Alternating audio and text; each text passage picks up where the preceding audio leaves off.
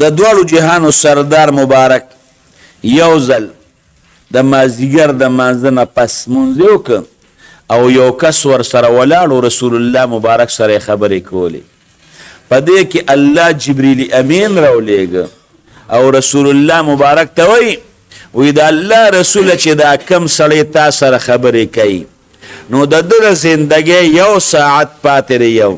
لکه زه به ساعت نه تعبیر په یو ګنټه سره وکم یو ګنټه پس به دا انسان مړ کېږي پاک پیغمبر مبارک هغې سړي ته وویې زه الله په خبر کړم ستا په جون کې بس یو ساعت پاتې ګنټه پس ساعت پس به ته وفات کېږي هغې سړي چې دا خبره واورېده په دې باندې د هغه ډېر اثر پې وشو ځکه چې انسان ته د مرګ پته ولګي بچې مال دولت کور هر څه ته بیا یې ورپتېري مخکې د آخرت سوچ کوي رسول الله مبارک ته وایي د الله رسوله داسې عمل راته وښایه په دې وخت کې چې زما دپاره د ټول نه زیات پیدهمند دي چې ما ته په آخرت کې کوم شی د ټول نه زیاته پیدا رسوي هغه راته وښایه د دواړو جهانو سردار مبارک ورته نه وي جومات کې کېنه او شا به ذکر شروع کا یا دا پلانکې عبادت شروع کا یا دا پلانکې شروع کا رسول الله مبارک ورته وایي اشتغل بالتعلم ځان د علم په زده کړه کې مشغوله کا تفسیر کبیر کې امام رازی صاحب دا واقعه ذکر کړې ده ها وته ځان د علم په زده کړه کې مشغوله کا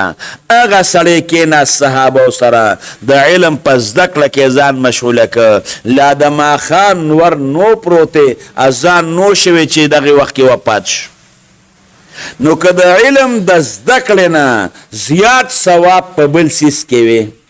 او اخیرت د پاره زیات پیدمن سیز بل سوی نو د دوالو جهانو سردار مبارک باغه تخولی خو پتو لګی را چې دینه بختر سیز بل نو ذکر رسول الله مبارک وته داخه مرقات لیکلی دی مرقات وی انسان چې یو ساعت یو ګنټه بل ته سبق خی او یا سبق زده کی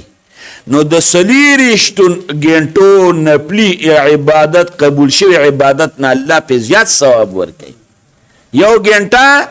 چې ته بل ته ښودل کې یا په خپله د زده کولو کړل او بل انسان یو شوارو شپږ ورځ 24 ګنټې عبادت وکړو داسې عبادت چې هغه قبول شوی عبادت د دې یو ګنټې د ښودلو او د زده کولو ثواب د هغې نه زیات دا څومره ثوابونه دي د علم په زده کړه کې او د دواړو جهانو سردار مبارک فرمایي د پاک پیغمبر مبارک حدیث دی ویچ ما من عبد یطلب